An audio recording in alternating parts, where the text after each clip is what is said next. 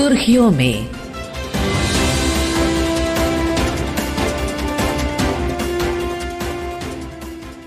ये आकाशवाणी है। प्रस्तुत है कार्यक्रम सुर्खियों में। इसके अंतर्गत सुनिए भारत पाकिस्तान के बीच सीज फायर और मौजूदा स्थिति पर परिचर्चा। इसमें भाग ले रहे हैं पूर्व राजदूत स्कंद रंजन तायल और वरिष्ठ पत्रकार मदन जैड़ा। कार्यक्रम का संचालन कर रहे हैं सोनू सूद और राजेश लेख। स्वागत है आपका भारत और पाकिस्तान के बीच सीज फायर की घोषणा पर इस विशेष कार्यक्रम में। मैं हूं सोनू सूद और मेरे साथ है मेरे को एंकर राजेश लेख।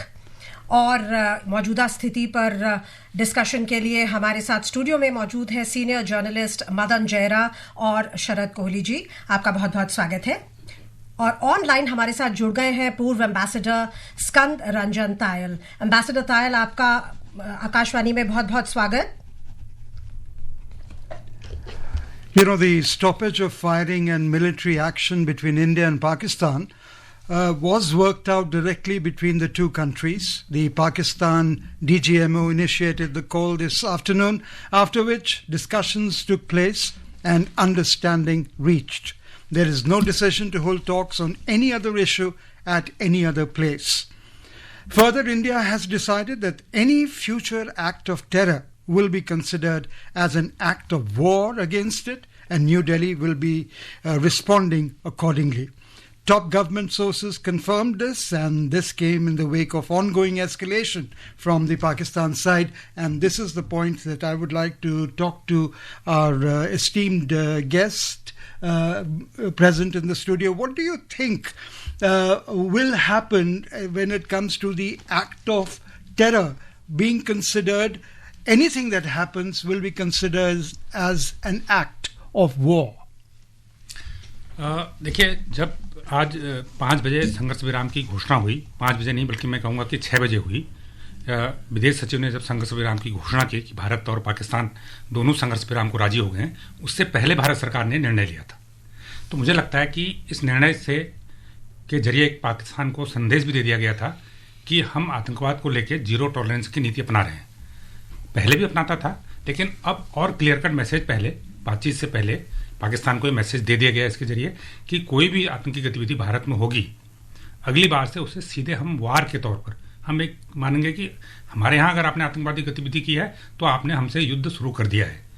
ये संदेश पाकिस्तान को दिया जा चुका है और मुझे लगता है कि ये बातचीत जो हुई है, पूरी बातचीत क्या हुई ये अभी नहीं बताया गया, लेकिन इस संदेश को पाकिस्तान को समझा दिया गया है कि आगे आपको क्या करना है।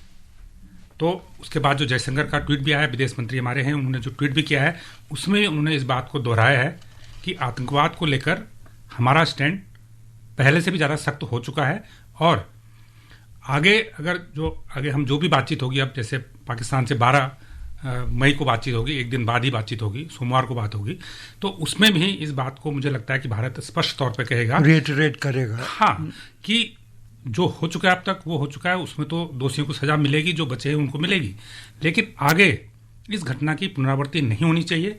तो ये इस समझौते से भी साबित है और जो भारत सरकार ने एक अलग से निर्णय लिया है उससे भी साबित है कि अब ये घटना फिर से नहीं चाहिए। आपको याद होगा, उड़ी हुआ हमने सर्जिकल स्ट्राइक की, फिर पुलवामा हो गया, फिर हमने एयर स्ट्राइक की, पहलगाम हुआ, फिर हमने एयर स्ट्राइक की। ऐसा कब तक? ये भारत आगे नहीं चाहता है।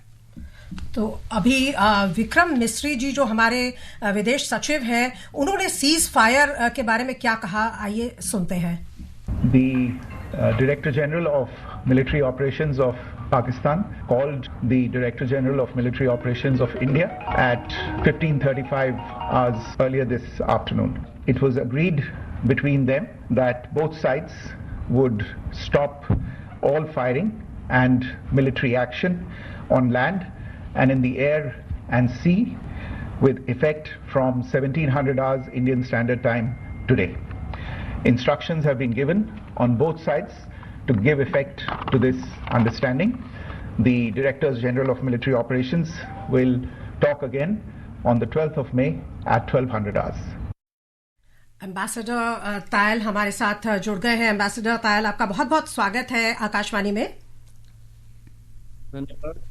आपसे जानना चाहेंगे ये जो सीज फायर की डिक्लेरेशन हुई है भारत और पाकिस्तान के बीच, और साथ ही साथ जो बहुत strong zero tolerance for terrorism का जो मैसेज गया है, सभी हमारे जो आधिकारिक सूत्रों द्वारा, विदेश मंत्री ने भी ट्वीट में कहा है, और जैसा अभी मेरे को एंकर कह रहे थे कि जो टॉप गवर्नमेंट सोर्सेज हैं उन्होंने कहा है कि कोई भी एक्ट, अब से कोई भी एक्ट ऑफ टेरर को एक्ट ऑफ वॉर माना जाएगा। सो इस पूरी स्थिति को आप कैसे देखते हैं जो अभी का घटनाक्रम है? देखिए, जो भी ये लड़ाई हुई, जो युद्ध हुआ, उसका ध्येय क्या था? 22 अप्रैल को जो निर्ममता से जिस तरह हमारे टूरिस्ट की हत्या की गई, टेररिज्म का जो एक्ट था, वो पहला एक्शन था पाकिस्तान की तरफ से, जिसका जवाब हमने दिया।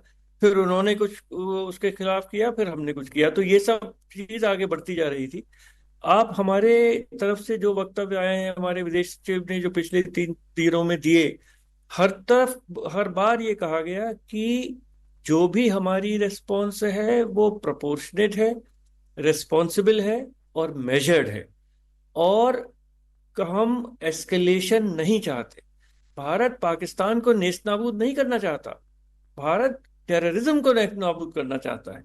तो मैं समझता हूं उसमें विश्व का हमारे साथ सहयोग है, हमारे साथ साथ है।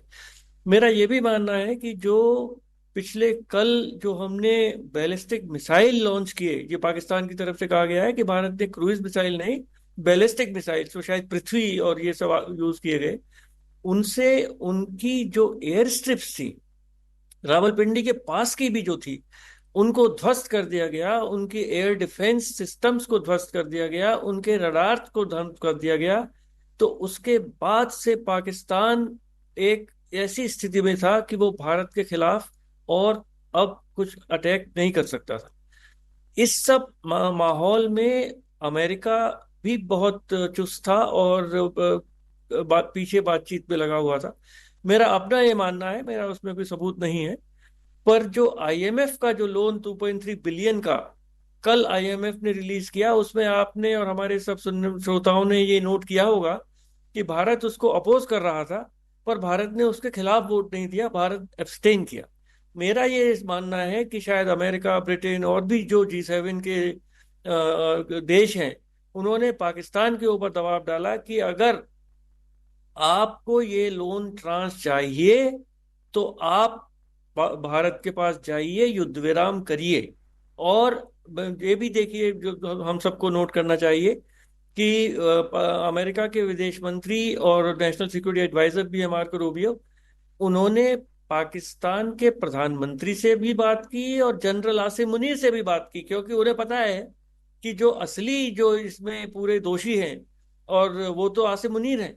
और पाकिस्तान, जो हम सब जानते हैं, बिल्कुल कंगाल देश है, वो बैंकरप्ट है टोटली। अगर ये आईएमएफ का उसको ट्रांस नहीं मिलेगा तो वो बिल्कुल बियॉन्ड द एज चला जाएगा।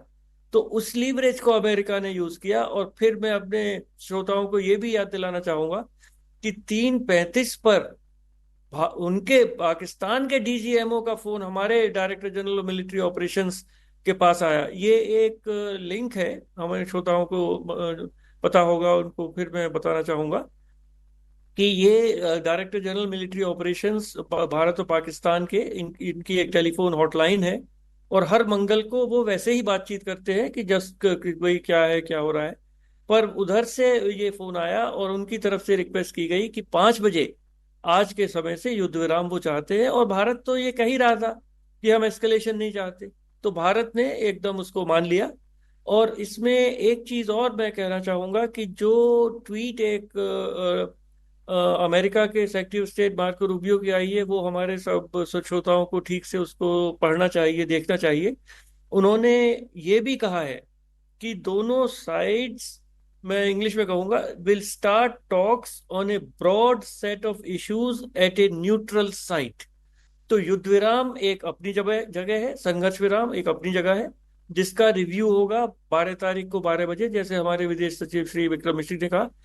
पर जो मुद्दे हैं, जो टेररिज्म का, जो हम बार बार कह रहे हैं, और हमारे विदेश मंत्री ने भी ट्वीट किया कि हमारा जो है संघर्ष टेररिज्म के खिलाफ चलता रहेगा, वो मुद्दा, उस पर बातचीत होगी पाकिस्तान से, एक न्यूट्रल वेन्यू पर होगी। वो कब होगी ये अभी भविष्य बताएगा। पर वहाँ एक चीज और मैं श्रोताओं को अपने बताना चाहूंगा कि हमारी तरफ से पहले मुद्दा केवल टेररिज्म का होता था, पर इस बार जब पाकिस्तान से बात होगी तो सिंधु वाटर ट्रीटी का भी मुद्दा उसके सामने आएगा। कई बार हमने कहा है पाकिस्तान से कि इसमें रिव्यू की आवश्यकता है। 50 साल 70 साल हो चुके हैं इस ट्रीटी को। तो ये मुद्दा भी अब भारत और पाकिस्तान के बीच में जब भी बातचीत होगी तो भारत की तरफ से उठाया जाएगा। Ambassador Tal, Pakistan is known to be hand in glove with terrorist elements, and in the given situation, how will Pakistan administration be able to hold these elements away and keep the treaty alive? Treaty of Indus Water Treaty? No, I'm talking about the ceasefire that we have agreed upon. Ceasefire. See, I think what apprehension you are conveying is very right. Pakistan has again and again promised that it will control terrorism, but every 3-4 years we see that there is a terrorist strike. So this story can be repeated. This picture can be repeated. Nobody can guarantee that Pakistan will get reformed after this setback which they have got by our forces. But again, I have said, and Prime Minister has said, that India's objective, India's aspirations, the people of India want Viksit Bharat in 2047. That is our primary goal. That is our primary objective. To destroy Pakistan is not our primary objective at this moment. To destroy terrorism is our primary objective. So we should not get derailed or deflected from the primary objective of the government of India, of the people of India, of the leadership of India, of Prime Minister Narendra Modi, that India must be a Viksit Bharat. And in 2047, and any prolonged war, conflict, daily bombardment, closing of airspace, etc., detracts from India's economic development. Who will invest in a country which is under a cloud of war? So it has been a very measured decision. I think the government of India, the leadership of India, they have thought very deeply that what is India's real priority, what is India's real aspiration, and don't get deflected. Arjun की तरह मछली की आंख को देखना है, उसमें जो भी बाधा आएगी उस पर निपटा जाएगा, उसको खत्म किया जाएगा। पर गोल भारतवर्ष का एक विकसित भारत का रहेगा, और मैं समझता हूं कि जो भी आगे होगा हम उस रास्ते पर प्रधानमंत्री मोदी के नेतृत्व में बहुत तेजी से आगे बढ़ेंगे। हम बताना चाहेंगे कि सोशल मीडिया पोस्ट में डॉक्टर जयशंकर ने कहा कि भारत ने आतंकवाद के सभी रूपों और अभिव्यक्तियों के खिलाफ लगातार दृढ़ और अडिग रुख अपनाया है। उन्होंने कहा कि भारत का यही रुख जारी रहेगा। जैसे अभी एम्बेसडर तायल भी कह रहे थे कि बहुत ज़रूरी है, ये जो टेररिज्म है इससे कई इम्पैक्ट होता है। तो आपको लगता है कि टेररिज्म एक ऐसा चीज़ है जिसने सभी देशों को छुआ है, सभी देश, कोई भी देश उससे बचा नहीं है, और अगर एक कंबाइंड एफर्ट होता है, चाहे वो इकोनॉमिक आइसोलेशन हो या डिप्लोमेटिक आइसोलेशन हो, या अगर हम आइसोलेशन वर्ड ना भी यूज करें, प्रेशर हो, तो आपको लगता है कि शायद ये जो पाकिस्तान में जो टेररिज्म ब्रीड हो रही है, जो बहुत देशों को इम्पैक्ट करती है, हम आशा कर सकते हैं कि वो एलिमिनेट होगी? देखिए, आइसोलेशन के सोनू बहुत सारे मैकेनिज्म पहले ही बनाए गए हैं, और अगर आप जैसे IMF को हम देखें तो उसमें FATF है, जिसको हम फाइनेंशियल एक्शन टास्क फोर्स कहते हैं। वहाँ पर ब्लैक लिस्टिंग होती है, वहाँ पर ग्रे लिस्टिंग होती है, आइसोलेट करने के प्रावधान बनाए गए हैं, रूल्स एंड रेगुलेशंस बनाए गए हैं। तो उसको देखते हुए, पर अलग अलग देशों में समय अलग होता है, उसके फॉर्म्स अलग अलग होते हैं टेररिज्म के। पर अभी भारत पाकिस्तान के बीच में ये जो युद्ध विराम हुआ है, जिसकी घोषणा करी गई है, मैं ये मानता हूँ कि पाकिस्तान में जो पावर सेंटर्स हैं वो अलग अलग हैं। कभी ISI सुनने को मिलता है, कभी सरकार का सुनने को मिलता है, कभी आर्मी का वर्चस्व सुनने को मिलता है। तो हम उम्मीद तो ये करते हैं कि पाकिस्तान से अगर ऐसी DGMO से फ़ोन आया है और इस प्रकार का सीज फायर हुआ है तो इस पर वो अमल करें, और क्योंकि भारत ने ये बिल्कुल स्पष्ट तौर पर कह दिया है कि अब अगर कुछ भी ऐसा होता है, और आप देखिए कि पिछले हम 10-12 दिन का तजुर्बा देखें तो उसमें सीज फायर पहले भारत और पाकिस्तान के बीच में थी, पर उसके वायलेशंस लगातार रोज एलओसी के आसपास देखे जा रहे थे। तो उसको देखते हुए मुझे लगता है अब की बार पाकिस्तान को ये ध्यान रखना पड़ेगा कि अगर किसी भी प्रकार की सीज फायर का उल्लंघन होता है, युद्ध विराम जो आज अग्री हुआ है, तो उसको जैसा कि अभी स्पष्ट कर दिया गया है कि अब हम उसको एक्ट ऑफ वॉर मानेंगे। तो ये इसमें हिडन संदेश क्या है? इसमें संदेश ये है कि हमारा जीरो टॉलरेंस है। अब हम कतई बर्दाश्त नहीं करेंगे किसी भी प्रकार का टेररिज्म अगर हमारे ऊपर हमें देखने को मिला, चाहे वो एलओसी में वायलेशन हो, चाहे वो जिस प्रकार से पहलगाम में इंसिडेंट हुआ, चाहे वो इससे छोटा हो, इससे बड़ा हो, किसी भी प्रकार से वो नहीं होगा। और मैं इसके परिप्रेक्ष्य में आप कहें तो सिर्फ 1 मिनट में मैं बताना चाहूंगा that the IMF meeting which happened last evening and everybody was wondering that how come Pakistan was given sanction $1.3 billion, the total amount was 2.3 और 2.4 व्हाटएवर अमाउंट। तो एवरीबडी वाज एक्सपेक्टिंग कि इस बार शायद पाकिस्तान को ये सहायता नहीं दी जाएगी because it was in the middle of war ये मीटिंग हो रही थी।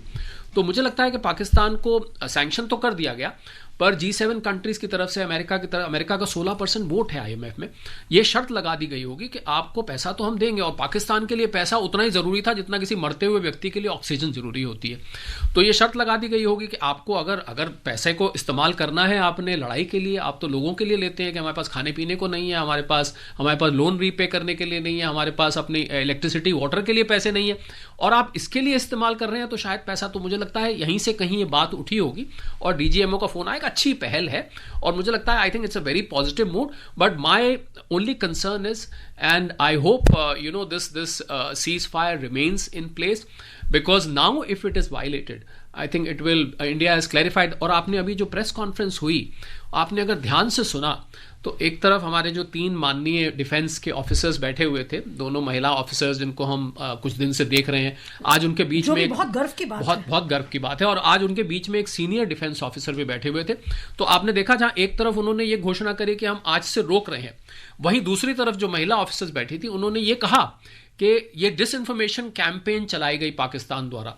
तो दोनों बातों को एक साथ, एक तरफ युद्ध विराम की बात की गई, एक तरफ एक सच्चाई भी बताई गई कि जो, तो मुझे लग रहा है कि पाकिस्तान के जितने भी हुक्मरान हैं, पाकिस्तान के जितने भी पावर सेंटर्स हैं, उनको ये क्लियर कट संदेश मिला होगा कि अब अगर होता है ठीक है, एक मौका हम दे देते हैं। और एक अच्छी बात ये हुई है कि दुनिया भर को संदेश मिल गया है भारत की सैन्य शक्ति का। बिल्कुल, मुझे लगता है लोगों को पता लग गया है, दुनिया भर के देश जो भारत की तरफ आंख उठा के कभी अगर देखने की हिमाकत करेंगे, उनको समझ आ गया कि भारत की शक्ति क्या है। क्योंकि सारे ऑपरेशन में मैं, हालांकि ये डिफेंस का मामला है, पर मुझे लगता है कि भारत इसमें बहुत सक्सेसफुल रहा है। और जो लोग ये सोचते हैं, मैं एक बहुत जरूरी बात बोलने जा रहा हूं, जो लोग ये सोचते हैं कि क्या पहलगाम अटैक का हमने बदला ले लिया, तो जिस प्रकार से पाकिस्तान में नुकसान हुआ है, भले ही वो उसको एक्सेप्ट करें ना करें, वो उसको उल्टे तरीके से दिखाएं कि हमने तो भारत का ये डिस्ट्रॉय कर दिया, वो कर दिया, जबकि वो सब झूठ था।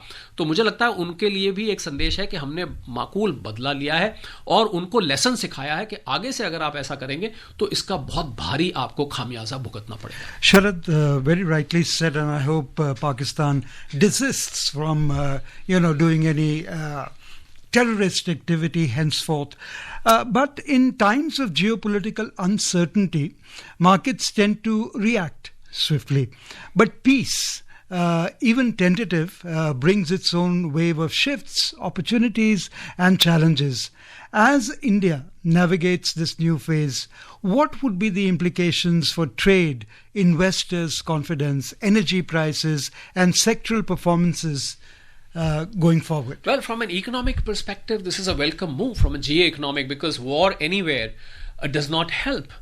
You're talking of, look at the stock markets, what was happening in the stock markets over the last, we had very positive cues coming to us, but then because of these tensions, the stock markets were suppressed. We had recovered from Nifty 21,500 to 24,500. We were on the road to recover. We would have probably beaten the previous high, but they were suppressed. The trade had stopped. The economic activity around the borders, Rajasthan, Punjab, J&K, because of constant blackouts and people living under tension, I think they were all impacted. There were so many shipments I came to know which was stopped. International trade to a certain extent has stalled. So overall it affects the GDP, it affects investments out of all, because nobody would like to invest in a country where the economic peace or political peace or geopolitical peace is not in place. So I think this is a very welcome move, and more than us, I think it will help Pakistan, because Pakistan anyway, I mean, was in a bad shape. They are 11th part of our GDP. Their GDP is about $370 odd billion. We have now crossed $4.187 trillion. So look at the differences. I think for Pakistan it's a bigger relief than us. But more important is the message which has been conveyed, that beware, this will not be tolerated. Okay, we accept it, but then if you do it again, you've had it, as they say. सो मदन जी, जैसा शरद जी ने कहा कि बहुत strong message गया है कि zero tolerance है terrorism के लिए, और अगर कुछ भी एक्ट होता है तो उस पर इमीडिएटली एक्शन लिया जाएगा। तो जो भारत के सशस्त्र बलों की मजबूती सामने आई है, उसके साथ ही साथ उनकी संवेदनशीलता भी सामने आई है। उन्होंने बहुत रिस्पॉन्सिबिलिटी के साथ अपना जो भी है कार्रवाई की, और जो सेक्युलर हमारा फैब्रिक है वो भी सामने आया है। मिस इन्फॉर्मेशन की कोशिश करी पाकिस्तान ने जरूर फैलाने की, लेकिन इस बात पर भी बल दिया गया अभी की प्रेस ब्रीफिंग में। ये कितना इंपॉर्टेंट है? देखिए, 2-3 बातें हैं। अगर मैं पिछले 4 दिनों की घटनाक्रम को देखें, जिसे हम लगातार फॉलो कर रहे हैं, एक तो हम लोग हमने हमारी तरफ से जो भी जवाबी हमले किए गए, हमने सिर्फ जो टारगेटेड लक्ष्य था वहां पर हमले किए, जबकि पाकिस्तान की तरफ से LOC पर लगातार लोगों पर फायरिंग की गई और 16 लोग वहां पर डेथ भी हुई है। ये बाकायदा मीडिया में रिपोर्ट हुआ है। इसके अलावा पाकिस्तान की तरफ से हमारे एक धार्मिक स्थल पर, बल्कि हमें एक नहीं 2, एक क्रिश्चियन और एक सिखों के धार्मिक स्थल पर हमला किया गया। हमने इसका भी ध्यान रखा कि पाकिस्तान के किसी धार्मिक स्थल पर कोई ऐसा हमला नहीं हो। अब किसी धार्मिक स्थल में कोई आतंकी शिविर चल रहा होगा और उसको नुकसान पहुंचा होगा तो इसकी हम जिम्मेदारी नहीं लेते हैं। एक तो बात यह है। लेकिन पाकिस्तान क्या करता है कि जो एक तरफ तो वो सैन्य कार्रवाई करता है, जैसे पहले भी ये बात आई है कि वो कश्मीर में आतंकवादियों को भेजता है और सेना की तरफ से भेज जाते हैं और पाकिस्तान की तरफ से भेजे जाते हैं, और जब कोई ऐसी बात आती है वो कहता है हमारे तो आदमी नहीं है, हमारी तो सेना नहीं है, जबकि वो सेना के ट्रेंड किए हुए ही आतंकवादी होते हैं जो कश्मीर में सक्रिय रहते हैं। इसी प्रकार इसी दौरान हमने कल ये भी देखा पाकिस्तान ने क्या किया, वहाँ पर अपने जो नागरिक विमान हैं उनको लगातार उड़ा रहा है और दूसरी तरफ ड्रोन से भारत पर हमला कर रहा है। इससे हमारी जो प्रतिरक्षा प्रणाली थी, जो वायुसेना थी, जब वो कार्रवाई कर रही थी तो उसे दिक्कत हो रही थी, क्योंकि हमें ये भी ध्यान रखना है कि किसी प्लेन को कोई रॉकेट या कोई मिसाइल न लग जाए।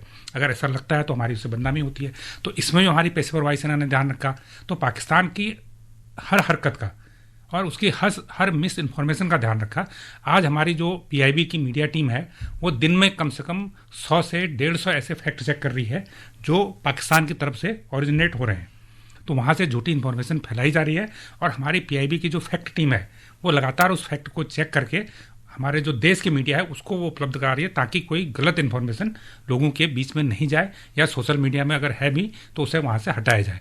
तो जिस प्रकार चाहे वो सेना के स्तर पर कहें या मिस इन्फॉर्मेशन के स्तर पर कहें या फिर जो एक कोलेटरल डैमेज को रोकने के लिए कहें, उस स्तर पर हमारे देश ने काम किया, हमारी सेनाओं ने और हमारी दूसरी टीम ने काम किया।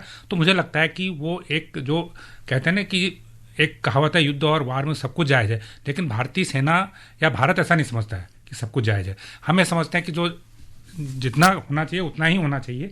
बाकी किसी नागरिक की हत्या, निर्दोष व्यक्ति को चोट नहीं आनी चाहिए, कोई जो सिविल ठिकाना है वहाँ पर नुकसान नहीं होना चाहिए, कोई झूठी अफवाह फैलाने से कोई फायदा नहीं होने वाला किसी को। आपने बिल्कुल ठीक कहा Madan ji, but what are your expectations from the meeting on May 12? Our objective is we do not want any terrorist activity on our soil. So very briefly, what is it that you expect will happen? मुझे लगता है कि जो 12 तारीख की meeting होगी उसमें point two point इसी बात तो होगी कि पाकिस्तान कैसे अपने आतंकवाद को बंद करे। पाकिस्तान को ये हमें भरोसा दिलाना होगा कि आप वहाँ से आतंकियों को एक तो ट्रेनिंग नहीं दें, दूसरा उनको वित्त पोषण नहीं करें, उनको फंडिंग नहीं करें, और तीसरा अगर कोई आतंकवादी आपके यहाँ आपको पता चलता है तो आप उसे अरेस्ट करके हमें बताएं, आप सभी हमारे हवाले करें। बहुत बहुत धन्यवाद चर्चा में भाग लेने के लिए, और अब प्रादेशिक समाचार के लिए हमारे साथ बने रहिए। अभी आप सुन रहे थे भारत पाकिस्तान के बीच सीज फायर और मौजूदा स्थिति पर परिचर्चा। इसमें भाग ले रहे थे पूर्व राजदूत स्कंद रंजन तायल, वरिष्ठ पत्रकार मदन जैड़ा और राजनीतिक और आर्थिक विश्लेषक शरद कोहली। कार्यक्रम का संचालन कर रहे थे सोनू सूद और राजेश लेख। यह कार्यक्रम आकाशवाणी के समाचार सेवा प्रभाग द्वारा प्रस्तुत किया गया। इसे आप हमारे mobile app news on AIR और YouTube channel news on AIR official पर भी सुन सकते हैं। इस कार्यक्रम के संबंध में अपनी प्रतिक्रिया आप हमें ईमेल या व्हाट्सएप के माध्यम से भेज सकते हैं। ईमेल का पता है airnsdtalks@gmail.com और व्हाट्सएप नंबर है 9289094044। सुर्खियों में